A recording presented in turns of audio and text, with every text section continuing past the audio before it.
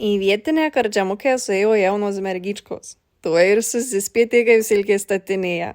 Štai, servizas, stalo indukų komplektukas, užgavėnės, lašininio ir kanapinio šventė, samtis, kaušas virului ar sriubai semti, statinė, platus medinis indas alui, kopūstams ar silkutėms laikyti. Po vieną duonukės nieks nevalgo. Taip ir mūsų kalba. Skaniausia, kai daliniesi. O š, č ir ž yra mūsų česnakiukas. Be jo nėra skonio. Matot, kokia mūsų kalba spalvinga. Visai kaip šitie šaltibarščiai. O spalvinga, nes ir mažiausiam daiktai turim po 10 meilių suminkštinimų. Ale mūsų tarmės tai kaip tie valgymo būdai. Vieni bulvę merkia tiesiai vidun ir srebia pasigardžiuodami, o kiti drąsuoliai tiesiog pirštais ją pačiumpa. Skirtingai šnekam, skirtingai srebiam, ale skonis tai tas pats, lietuviškas. Na ir sukam barščius riebiai, va tep mūsų kalba gaminas. Maišom, kol pasidarys tiršta ir gražu, o kol maišom, tol mūsų žodis gyvas ir skanus.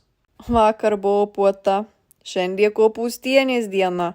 Na, o po visų linksmybių sveikata tai silpna, ale šitas viralas protą prašviesina, o lietuviškas žodis vėl atgaivina. Vieniems žemaičių, kitiems bulviniai, svarbu, kad blynai lėkštai naminiai.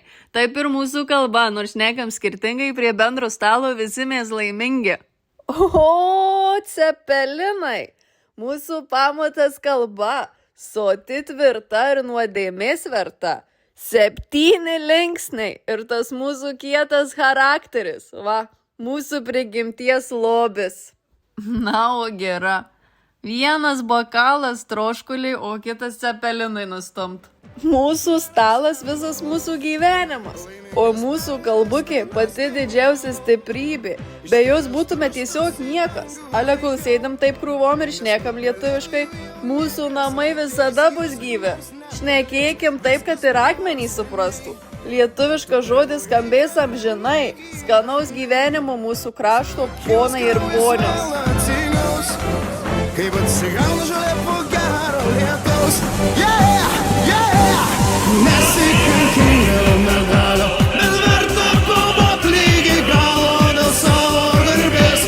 Pabandom iš naujo, nors esam pasauly tik 3 milijonai. Neliek savo kraujo dėl aukso, nes bus... O kaipgi jūs galvojate, kokia tarmegi aš šnekėjau?